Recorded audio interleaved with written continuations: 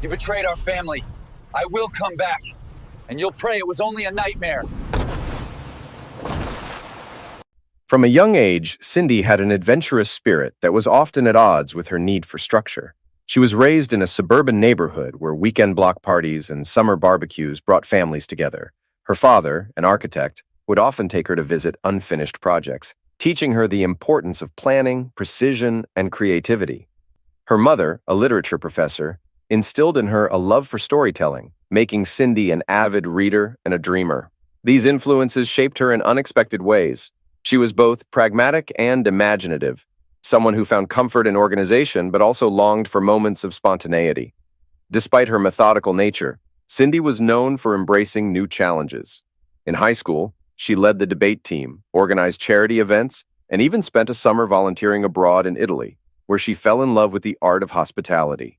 It was there, amidst the winding streets of Florence and the warmth of candle-lit cafes, that she first envisioned herself in a role where she could blend structure with creativity. But at that time, she never imagined that her path would one day lead to the intricate world of event planning. Cindy met Rick Thomas during her freshman year of college and was instantly drawn to his humor and energy. He always knew how to make her laugh and showed his affection in thoughtful, unexpected ways. Their relationship flourished through simple moments, long Sunday walks and quiet conversations in empty campus buildings. Handsome and kind, Rick won over both Cindy's parents and his own family, who adored her just as much. By his final semester, Rick secured a job at an investment firm on the West Coast, while Cindy, with a degree in education, accepted a teaching position in Orange County, near Rick's workplace in Anaheim. To celebrate their new beginnings, Rick took Cindy to a restaurant overlooking the Pacific, where he proposed with a family heirloom ring. Overwhelmed with joy, she accepted, and the surrounding diners applauded. 9 years later, Cindy was a mother to 6-year-old twins, Michael and Sarah, and still teaching. However, the demanding hours and low pay left her exhausted. Despite her love for teaching, the stress of dealing with difficult parents and time away from family pushed her to reconsider her career. Fortunately, both she and Rick were financially savvy, allowing her to step away from teaching, though it took time to find her next path. That change came unexpectedly.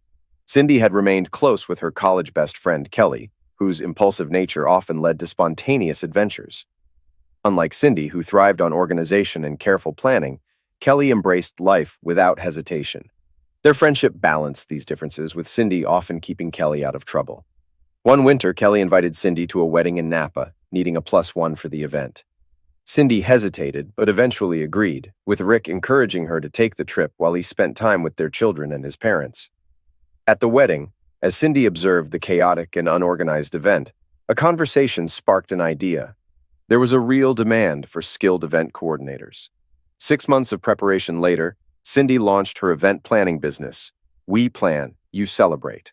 Her natural organizational skills, honed through years of lesson planning and classroom management, made the transition seamless. Weddings, corporate events, and celebrations became her new passion, and she pursued her business with determination, carving out a successful new career. 2 years into her event planning career, Cindy had built a strong reputation, especially for organizing intimate coastal weddings in California. It was during this time that she crossed paths with Bennett Davis, a successful hotelier who owned 3 upscale boutique hotels, one in San Diego, another in Santa Barbara, and a third on the Monterey Peninsula. Each of his properties thrived thanks to his relentless work ethic and high standards for his well-compensated staff. Bennett's journey in the hospitality industry began at 26 when he took a bold risk, purchasing and restoring a deteriorating 90-year-old mansion in Santa Barbara. With limited funds but unwavering determination, he launched the hotel on a tight budget. The first 2 years were grueling, requiring 100-hour work weeks and relentless effort, yet progress was slow. By the 3rd year, he broke even, and by the 4th, the hotel turned a profit.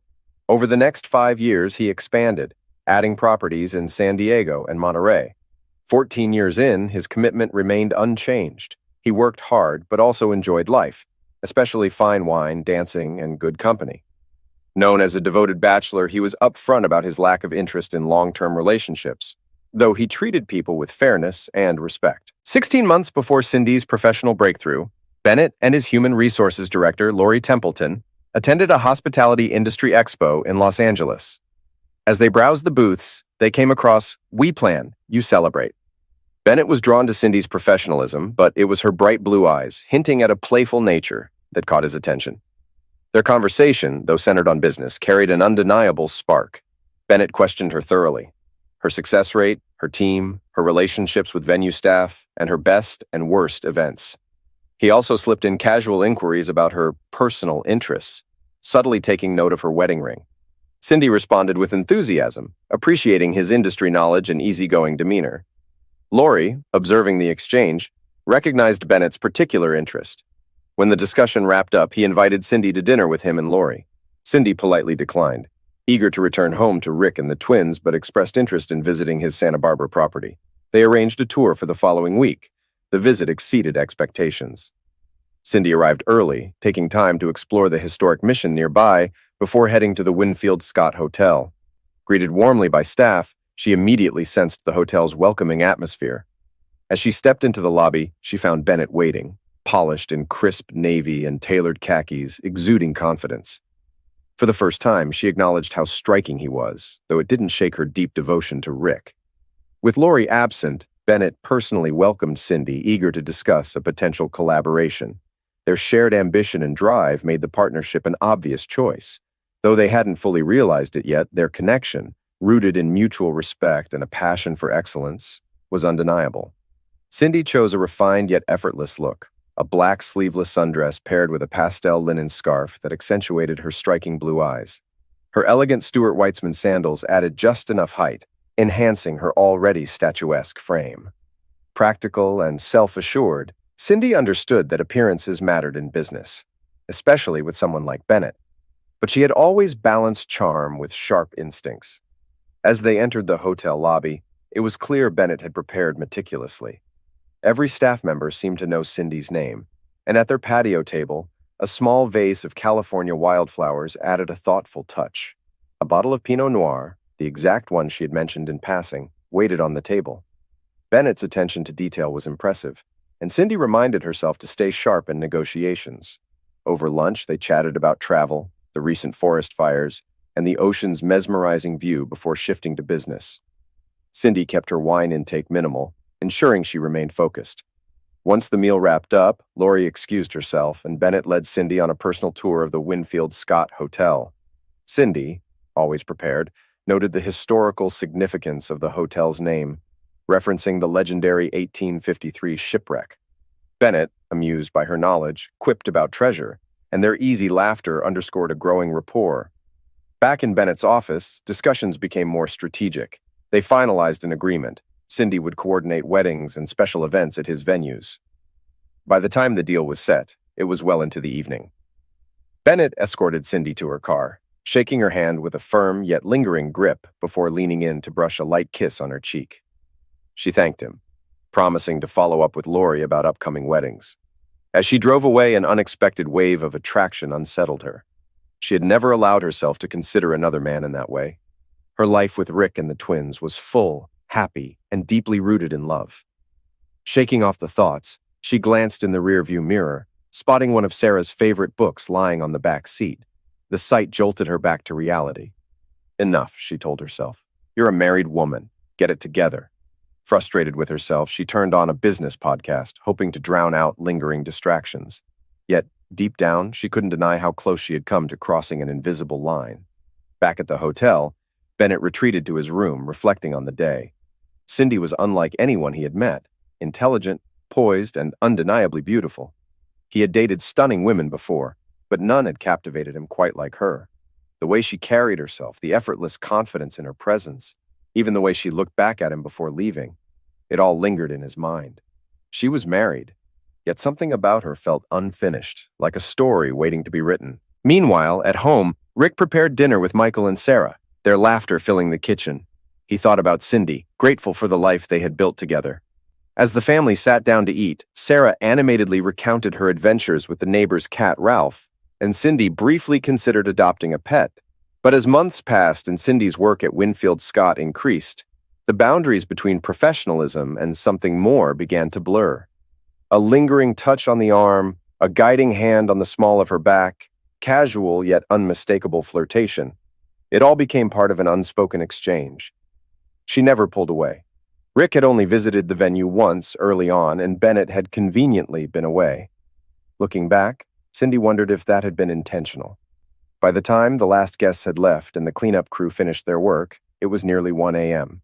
Cindy and Lori sat on the patio, unwinding with a glass of Dom Perignon they had conveniently rescued from the bar. Exhausted but satisfied with another successful event, they took a moment to relax. Lori, kicking off her painful heels, hesitated before bringing up something weighing on her mind. She had seen the undeniable tension between Cindy and Bennett from the beginning. Cindy was exactly his type, intelligent, confident, and effortlessly beautiful. While Bennett respected her marriage, Lori knew that if Cindy ever gave him the slightest opening, he wouldn't hesitate. Cindy listened, conflicted. She loved Rick, his unwavering support, their deep conversations, their laughter, their life together. Yet Bennett stirred something different in her, something thrilling and dangerous. She knew the attraction wasn't just in her head. His subtle touches, lingering looks, and effortless charm had chipped away at her usual self-control. She never imagined herself in this position. Just months ago, the thought of infidelity would have been unthinkable. She believed in commitment, in the sanctity of marriage. Yet here she was, battling emotions she didn't want to acknowledge. She could see the risk, the near certainty that crossing that line would destroy everything she had built with Rick. And still, a part of her wasn't entirely sure she could resist.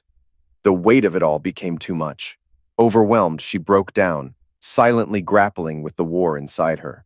Lori, sensing the turmoil, simply stayed by her side, knowing the decision wasn't hers to make, but hoping Cindy would choose wisely. The next morning, Lori confronted Bennett. She had worked alongside him for years and knew him too well to ignore what was unfolding. If he crossed that line, she was done. And there was no point trying to hide it. She would find out. Leaving him with that warning, she walked out without another word, slamming the door just enough to make her point. 3 weeks after Lori's warning, circumstances aligned in the most unexpected way. A sudden thunderstorm nearly derailed an outdoor wedding, forcing a frantic relocation indoors. Cindy and Lori led the effort, directing staff while ensuring the bride and groom made it safely inside. By the time the last guest retired for the night, it was past midnight, and exhaustion settled over the venue. Cindy and Bennett found themselves alone on the patio, watching the ocean.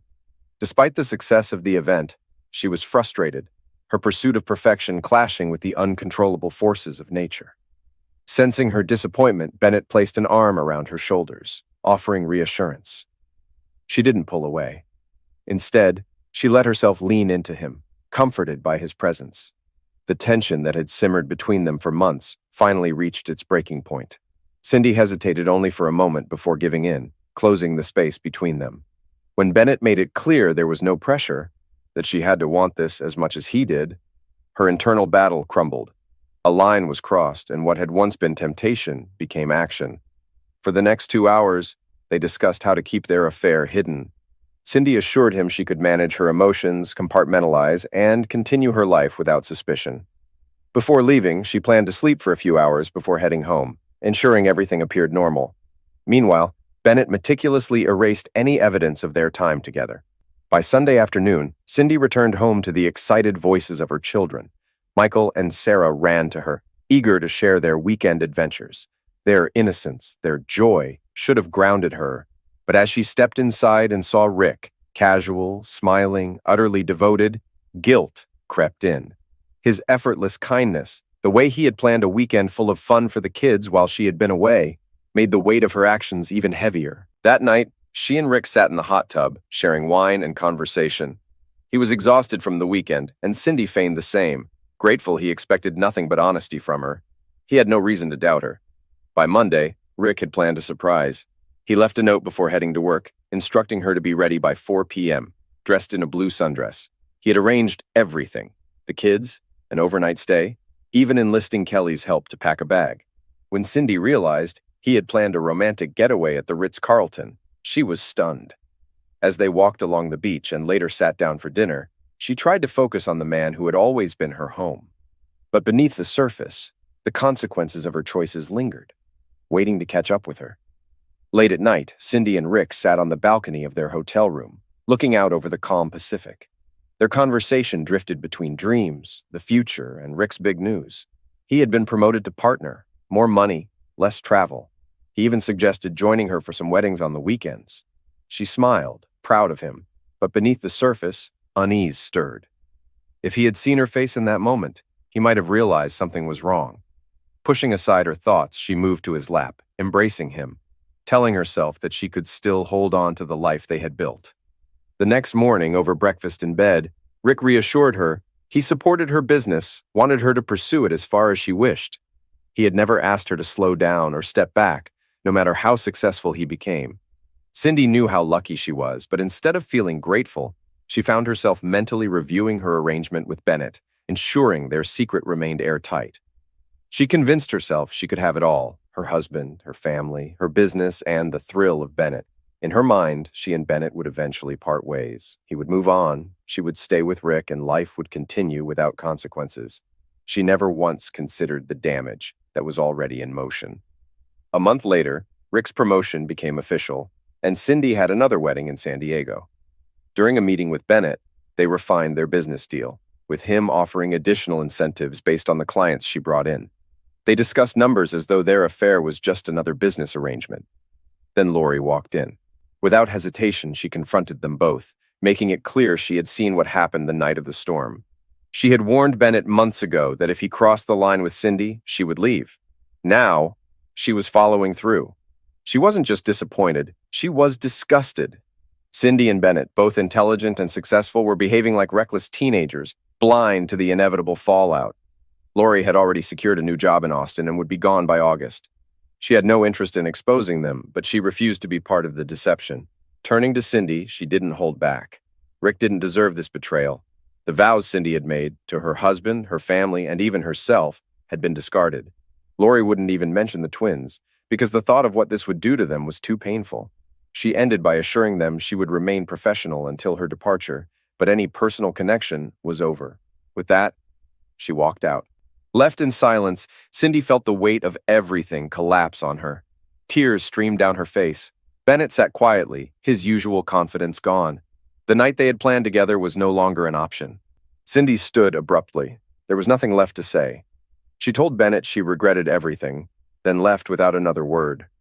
Instead of going home, she checked into a Courtyard Marriott in Orange County, using a credit card Rick never monitored. On the way, she bought a bottle of whiskey. Alone in a hotel room, she drank until she couldn't think anymore. Then she passed out, trying to escape the reality of what she had done. Lori followed through on her promise, resigning and leaving for Austin within 2 weeks. Bennett made no attempt to stop her, knowing it would be pointless. Cindy, burdened by guilt but unwilling to let go of her affair, sent a brief apology via text. Lori never responded. By early fall, tension lingered between Cindy and Bennett, but it did nothing to dull their passion.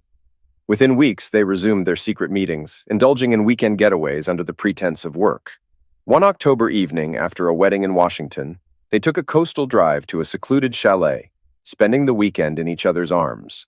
Cindy convinced herself she had mastered the balance.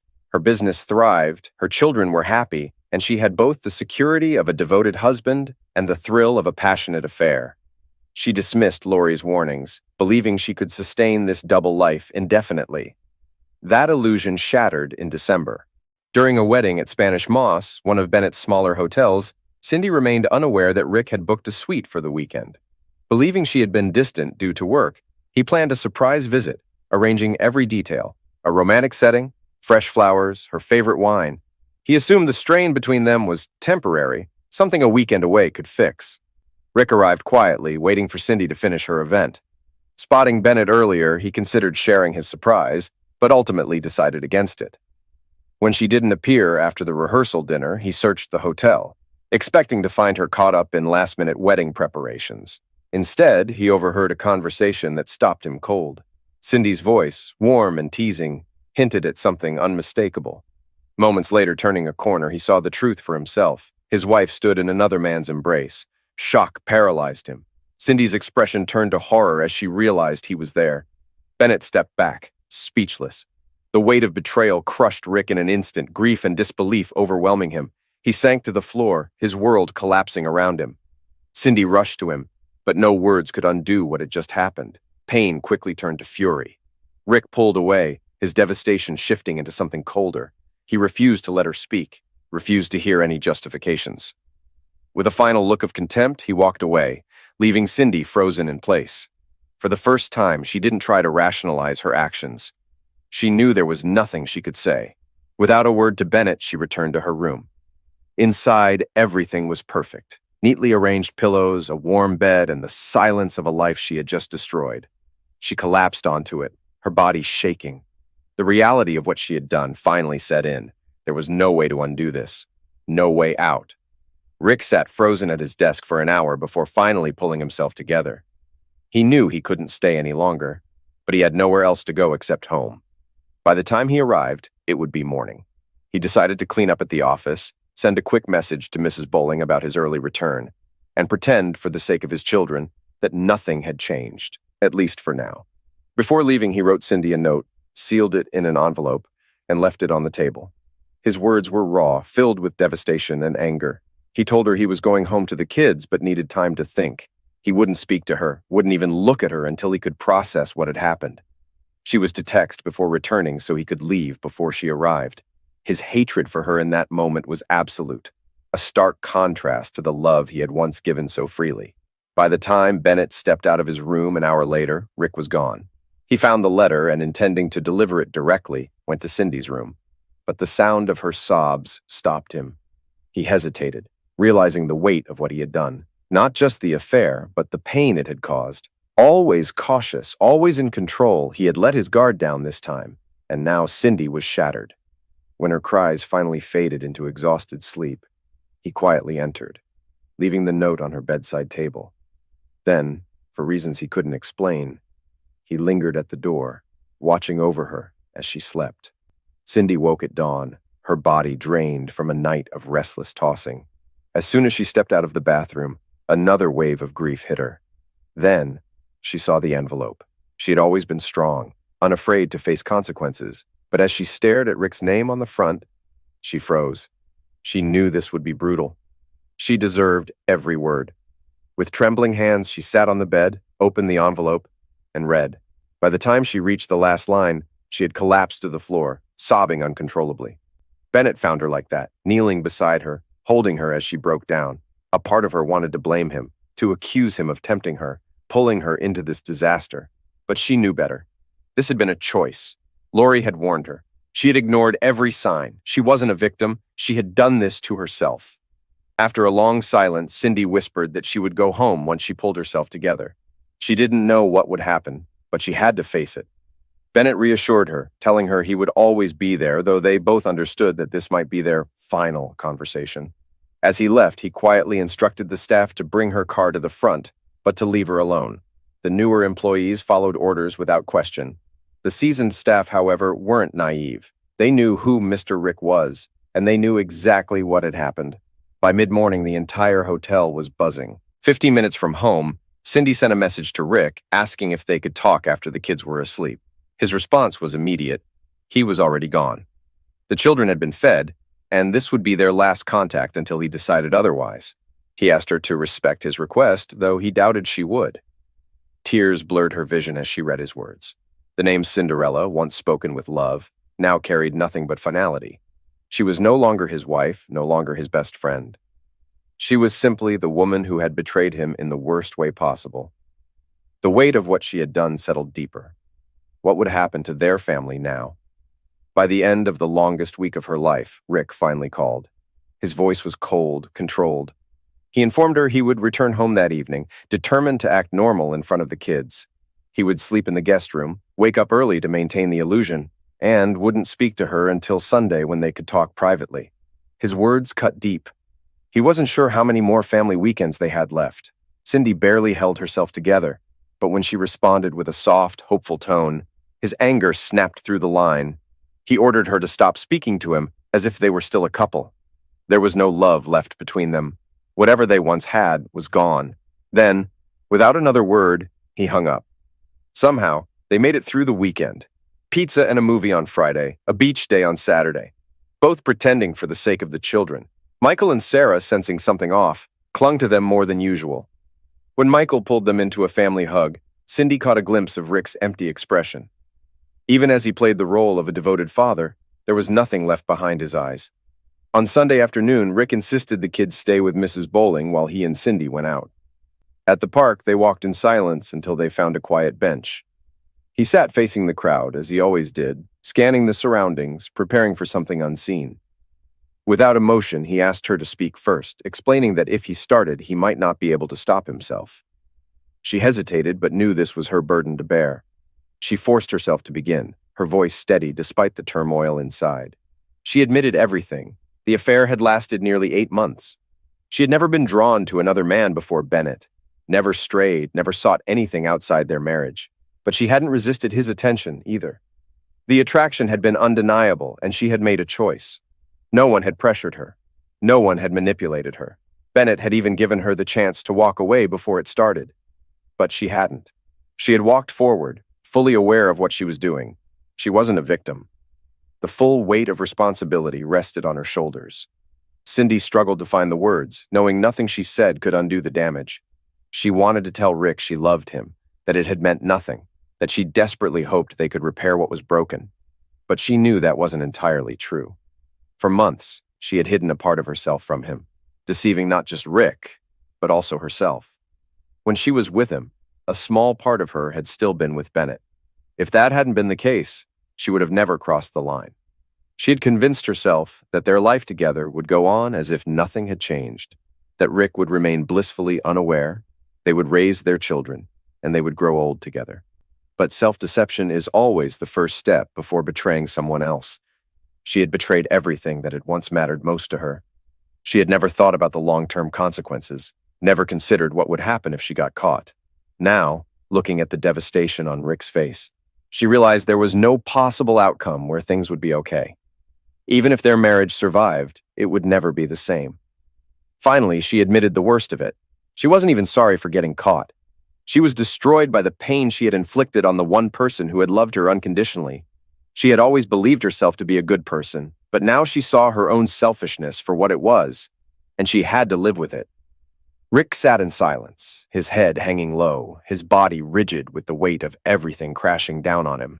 His emotions, once full of love and joy, had been replaced with grief, loss, and humiliation.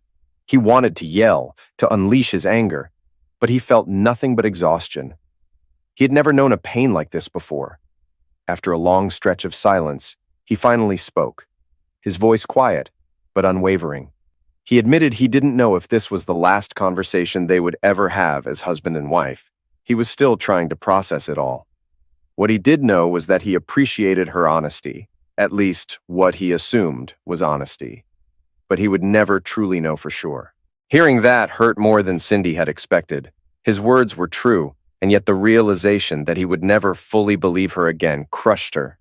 She buried her face in her hands, unable to meet his eyes.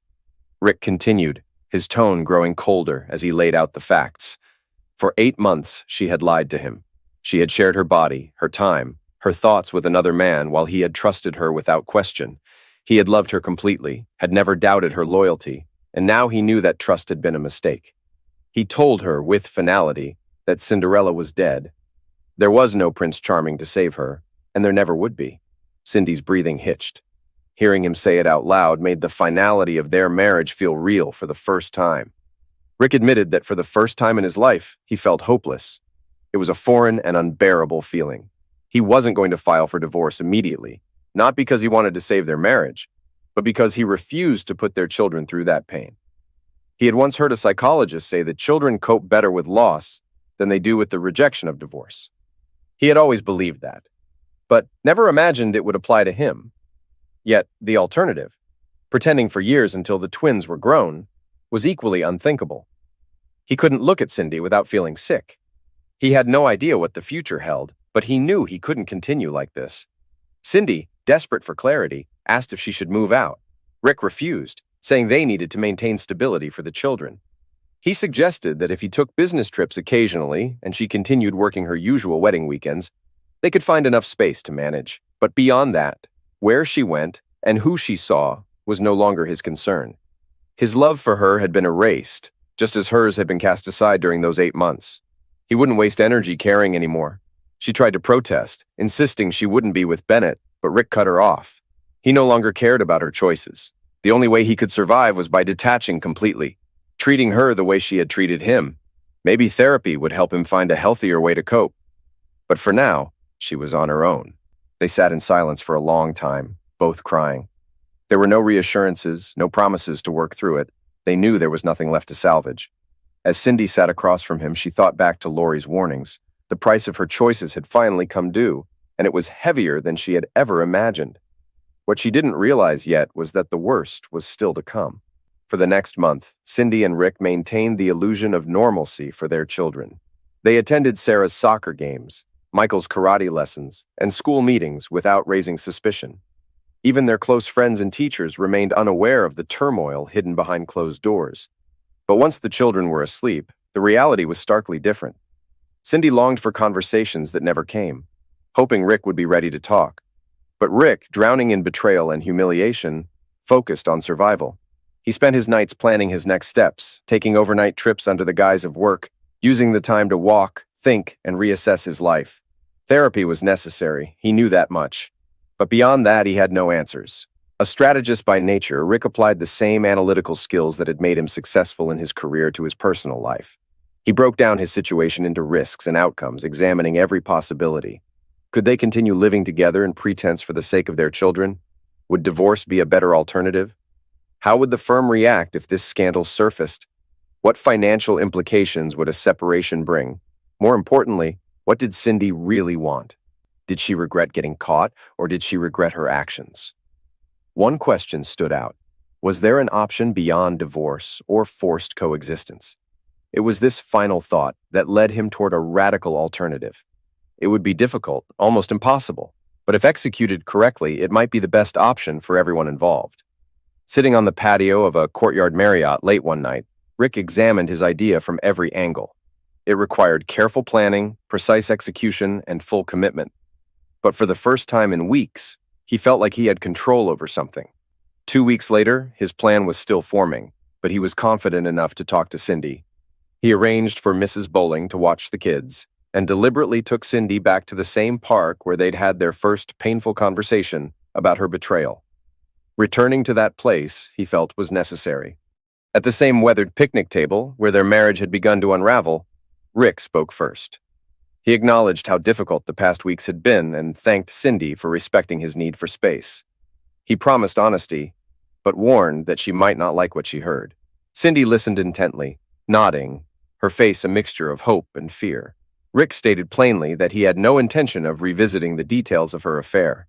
He had already made his peace with the fact that his trust had been shattered. He had always believed in their love, in their commitment. He had never strayed, never even entertained the thought of replacing her in his heart. He had assumed they would grow old together, but he had been wrong. Cindy, desperate for any chance at reconciliation, pleaded for them to fight for their marriage. She admitted she didn't deserve forgiveness, but was willing to do whatever it took to repair the damage. Rick's expression remained unreadable as he responded. He had given deep thought to the possibility of rebuilding their relationship. He believed forgiveness was possible, but forgiveness, he explained, was not the same as trust. Trust for him was gone forever. Even in the most basic conversations, he knew he would always doubt her words. He would never again believe she was simply going to work or traveling for business without wondering if she was meeting someone else. The paranoia alone would poison whatever remained of their marriage. And then, there was something even more painful: intimacy. He admitted that no matter how much time passed, he would never be able to touch her without picturing Bennett. The betrayal was more than emotional. It was physical. Every kiss, every touch, every embrace, he would see another man in her place. She had given herself willingly, without hesitation, choosing someone else over him again and again. That image would never leave him. Cindy felt herself breaking all over again. She had been ready to fight for them, to promise that she would remain faithful for the rest of their lives. But she also knew she had no right to demand his trust. For the first time, Cindy saw a level of fury in Rick's eyes that made her recoil. His voice remained controlled, but the sharpness of his words cut deep. She had asked if they could fight for their marriage, but Rick refused to accept the idea that she had ever fought for them. Every day, he had worked to build their life, to provide for her, to be present for their children, to ensure she had everything she loved. That was fighting for their family. Meanwhile, she had been in another man's bed. Tears streamed down both their faces as Rick continued, his voice laced with pain. There were so many questions he wanted to ask, but what was the point? How could he ever believe anything she said? She had lied for months. Why would now be any different? She might claim remorse, but what if she was only saying the right words to avoid consequences? He feared that the only real lesson she had learned was how to hide it better next time. Their marriage had been built on trust and love, but those were dead now. There was no going back, only forward, toward whatever came next. Then it hit him, the night at the Ritz. He realized, with sickening clarity, that she had been with Bennett just before that trip. She had slept with another man and then come home to him, letting him plan a romantic evening, pretending she was his faithful wife. He had looked at her with admiration, pride, and love, completely oblivious to the truth. How foolish he had been. Cindy had no argument to offer, only overwhelming regret. Rick had fought for them every day of their marriage, and she had thrown it away for fleeting passion. She had adored him once, so deeply. But somewhere along the way, she had let selfishness, temptation, and lust destroy everything they had built. When she finally found her voice, she asked the question that had been looming between them. Was he going to divorce her? Rick's response was unexpected. No, he wasn't divorcing her. But he wasn't staying married to her either. He had been working on a solution that he believed would be best for everyone, though it wouldn't come without pain. He refused to let her opinion influence his choices because he no longer trusted her to have his or their children's best interests at heart. Once he had finalized his plan, she would know. Until then, she would have to wait. Cindy, confused and desperate, pressed for answers. But Rick's expression remained unreadable, calm, resigned. He simply told her that she would find out in time. They spoke for a few more minutes, but Rick gave nothing away. He was certain she would understand when the moment arrived. Cindy then admitted something she had never shared before. Lori had warned her months ago that playing with fire would lead to consequences. She had ignored it. She hadn't stopped. She hadn't come to Rick to confess or seek help. She had made her choice and continued forward without hesitation. Rick flinched, realizing that Cindy had known the risks and had still betrayed him. She hadn't been caught in a moment of weakness. She had made a deliberate, repeated choice. Tears streamed down his face. Cindy sobbed, burying her head in her hands. For a moment, she thought he might comfort her. She prayed he would. Instead, he stood before her, arms crossed. His voice was quiet but final. The bagpiper will come soon, and when he does, at least part of the debt will have to be paid. Maybe one day, the full price will be due. 2 weeks later, Rick left for his usual overnight trip, hugging the children goodbye with a sadness that Cindy noticed but didn't fully understand. She assumed it was the weight of everything, the pain of pretending for their sake. To help with her insomnia, she had started taking melatonin. That night, at Rick's suggestion, she let the kids stay with Mrs. Bowling, who was always happy to watch them. A couple of glasses of wine and an early night, Rick had told her, might give her the first real sleep she had gotten in weeks. Cindy agreed. She had no idea that when she woke up, her entire world would be shattered. At 5:30 a.m., Cindy's phone vibrated endlessly on the nightstand before she finally stirred, groggy and disoriented. The screen flashed one word: emergency. The moment she answered, a firm but controlled voice asked if she was Cindy Thomas, wife of Richard Thomas. No one ever called him Richard. A cold wave of panic gripped her. Sitting upright, she confirmed her identity, her voice shaky. The dispatcher methodically verified her address, then asked what car Rick drove, a gray Lexus. The dread in her chest tightened, suffocating her. Then came the words that shattered everything. Rick had been in an accident on Highway 79 near Warner Springs. It was fatal. His body was being transported to UC San Diego Medical Center. Her mind refused to process it. The words felt unreal, distant, like a scene from someone else's nightmare. And then, all at once, the weight of reality crashed down. A scream tore through her throat, raw, guttural, endless. She crumpled onto the bed, sobbing into the sheets, the sound of her own agony filling the silent house. For nearly an hour, she wept until there was nothing left, until exhaustion dulled the edges of her grief. Somewhere in the haze, she forced herself to think. The children, they didn't know. How would she tell them? When? She needed to call her mother, Rick's parents, but the thought of speaking the words out loud, of making this real, paralyzed her. She needed to go to the morgue to see him, but her body felt frozen. Kelly was in Europe. She had no one to lean on. Still trembling, she splashed cold water on her face, dressed hastily, pulled her hair into a ponytail, and moved toward the door just as the doorbell rang. Brad Stanton stood on the porch, his face drawn, his eyes heavy with grief. Their family lawyer and one of Rick's closest friends, he had seen the news and come immediately. Without a word, Cindy collapsed into his arms, shaking uncontrollably. Moments later, Mrs. Bowling rushed across the lawn, still in her robe, her expression filled with worry. She didn't need to ask. Brad's face told her everything. Without hesitation, she pulled Cindy into her embrace, whispering words of comfort. Cindy finally found enough strength to insist she had to see Rick. Brad agreed to drive. Mrs. Bowling promised to take care of the children, to keep their morning as normal as possible, to take them to school before they learned the truth. They didn't need to know, not yet. As they drove toward the hospital, Cindy's phone wouldn't stop ringing. Friends, colleagues, people who had already heard. She forced herself to call her mother, who immediately booked the first available flight. Then, with shaking hands, she dialed Connor and Lily Thomas, Rick's parents. Telling them was worse than hearing the news herself. Their cries echoed through the phone, devastation consuming them. They too would fly in, determined to be there when the children came home from school. Turning off her phone, Cindy stared blankly at the horizon. The morning sun rose over the Pacific, beautiful and indifferent as her world collapsed around her. The next 5 days blurred into an unrelenting nightmare, she told the children. She watched their faces crumble, their innocence shatter. She arranged the funeral, met with the authorities, called insurance companies. There were 3 life insurance policies, all requiring endless paperwork. She canceled events, postponed weddings. Every moment felt surreal, a suffocating fog of logistics and grief. Questions surfaced, whispers turning into murmurs. Why had Rick been driving over an hour outside the city so early in the morning? The toxicology report revealed nothing. No alcohol, no pills, no impairments. His stomach contents showed he had eaten steak and salad the night before, but had only drunk water. He had been speeding, but why? No one had answers. Bennett picked up his phone countless times, typing out messages before erasing them. He knew Cindy was suffering more than anyone could imagine, and hearing from him would only make things worse. Lori learned of Rick's death in the middle of a client meeting. Her assistant saw the devastation on her face, but also something else. She didn't seem entirely surprised. She never attended the funeral.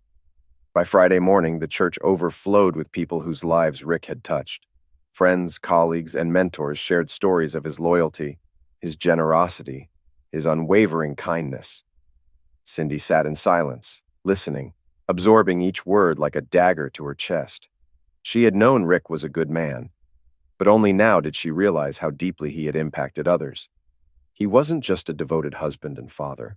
He was the kind of friend people relied on, the kind of leader people admired. Every story, every memory, every tear shed in his honor crushed her under the weight of her own betrayal. She had thrown away something extraordinary. She had been blind to what she had, and as she sat in that church, drowning in guilt, she had no idea that the worst was still to come. Late Sunday evening, Brad Stanton arrived at Cindy's home, his face grim as he exchanged quiet words with her mother and in-laws. They quickly gathered the children and left without question. When Cindy descended the stairs, she found Brad sitting at the kitchen table, his expression unreadable. Something about his presence unsettled her. He declined her offer of a drink and motioned for her to sit. He wasted no time. He explained that while he was her friend, today he was here as Rick's attorney, fulfilling a final obligation. Rick had left explicit instructions, and Brad was simply carrying them out. Cindy's breath caught in her throat. Rick was gone, yet he had left behind unfinished business. Brad reassured her that he had no prior knowledge of what had happened to Rick, as if anticipating her confusion. Rick had planned for this, not the accident itself, but for what would follow if something ever happened to him. Everything was handled legally, paid for in advance, and set in motion weeks before his death. He handed her a sealed letter, its edges crisp and deliberate, and told her he had no idea what was inside. He was only instructed to deliver it and leave. Cindy's hands trembled as she took it. She asked if there was anything else, any other instructions or explanations. Brad, looking uncomfortable, admitted there were more details, but Rick had strictly forbidden him from disclosing them. Everything would unfold in time. Without another word, he stood and walked out the door. Alone now, Cindy hesitated before breaking the seal. As she unfolded the pages, she braced herself for the reckoning she knew was coming. "Cindy, By now, you know that I'm gone and the funeral is over. The kids are with my parents or your mother, and you've been given time to process this alone. This is the third option, the one I never told you about. The best one I could find? I loved you once with everything I had, but you took that away. This is the best I can do now. 1. The accident. 2 weeks ago, I purchased 2 acres of land near Eagle's Nest by the lake. That's why I was on Highway 79. It was meant to be a surprise, a place for us to build a retreat, to create something for the kids. That's the official story, and you must stick to it. 2. The truth. The land purchase was a cover. If anyone suspects otherwise, the insurance companies won't pay a cent. I was there to check on the property, got up early to head home, and was in a hurry to make a 9:30 a.m. client meeting. That's why I was speeding. That's why I lost control. If anyone questions it, Brad will handle it, but only if you hold to this story. 3. Money. I changed my will weeks ago. 90% of my estate, roughly $3 million, will go into a trust for our children. They will have everything they need for college, graduate school, and beyond. At 30, they'll receive what's left, split equally. Brad will ensure the details are followed. You will receive 10%, $300,000. It's enough to get you through until you go back to work. It's more than I wanted to leave you, but I couldn't justify giving you nothing. You need to take care of the children while pretending to mourn me. That will be enough. 4. The children. I once told you that a psychologist said children cope better with loss than with the rejection of divorce. I researched it. It's true. That's why I couldn't leave them that way. One day they might learn the truth. Maybe they'll hate me for it. Maybe not, but at least for now, they will grieve without feeling abandoned. 5. Your future. I won't tell you what to do with your life. Maybe you'll go back to Bennett, or maybe there's already someone else. Whatever you do, at least think about the kids this time. They'll be out of the house in less than a decade. Perhaps you could keep your lovers at a distance until then. 6. A final request. Burn this letter when you're done, completely. If the insurance companies find it, our children's financial security will be destroyed. Read it again if you must. But if I ever meant anything to you, burn it. And don't worry. Maybe you'll hear from me again someday. Rick. Cindy's hands shook as she read, then reread the letter. Her breath came in short, shallow gasps, her mind unable to keep up with the words before her. This wasn't just a farewell. This was Rick's final move. And for the first time, she understood. He had planned everything. 12 years had passed since Rick's death on Highway 79, though in reality, Cindy knew he had died the moment he saw her in another man's arms. Everything after that was just logistics. The how and when. She never remarried, never shared Rick's secret, and honored his final instructions without question. The $300,000 he left her sustained the family while she grieved, and over a year later, she returned to work. But weddings and family celebrations became unbearable, so she shifted to corporate event planning, where emotions weren't so deeply woven into her work. She built a successful career, but something within her remained broken. She dated occasionally, but no one ever measured up to Rick. Counselors helped her process the guilt, but one question lingered. If she ever remarried, would she betray that man too? Michael and Sarah, now 20, had grown into strong, driven young adults. Michael thrived on human connection, finding energy in social settings, and pursued a degree in hospitality and marketing at USC.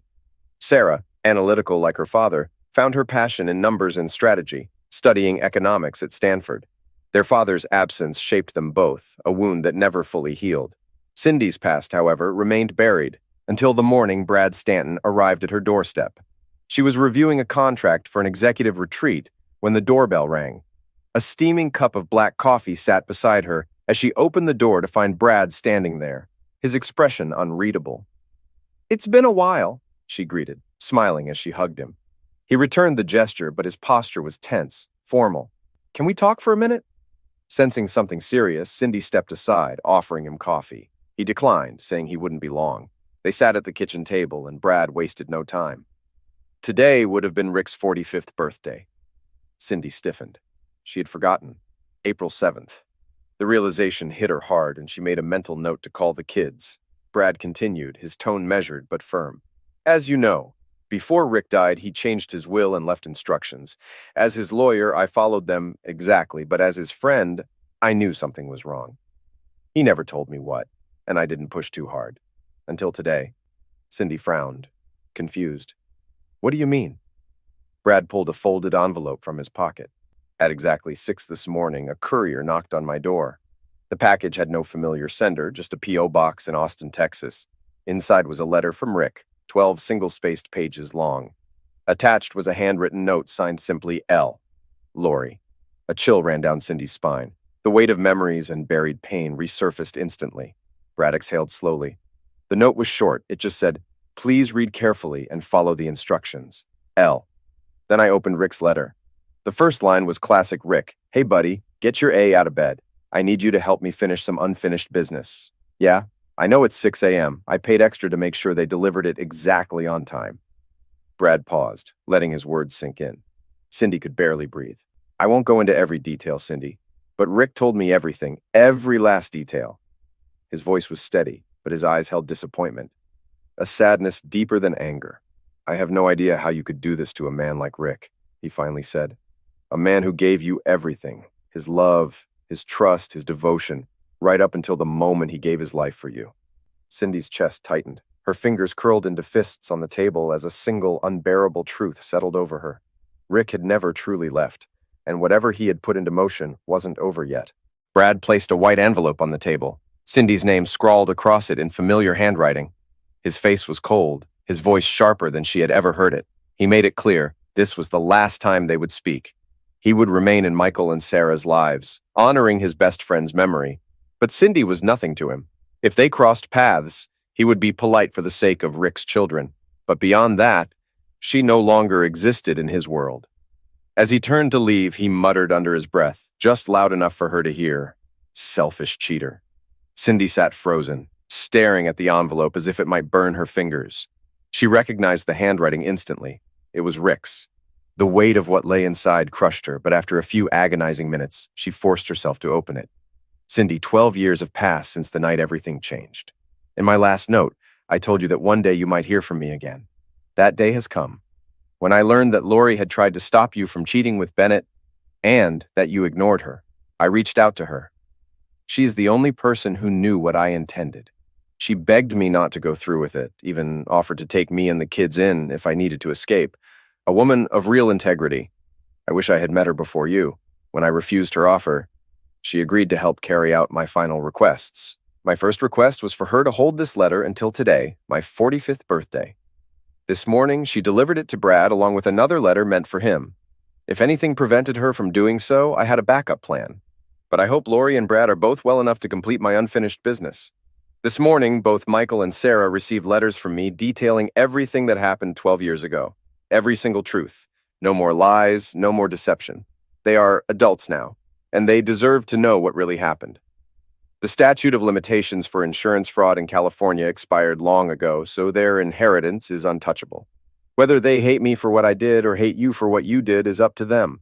But I imagine they'll have plenty of questions. If my parents and yours are still alive, they will receive similar letters, as will my former business partners.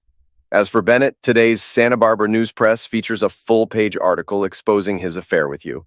It describes how the two of you built a thriving business together while sneaking around behind my back. It ends with a strong warning for couples to take their weddings elsewhere. I don't expect to destroy him completely, but I do hope it makes his life miserable.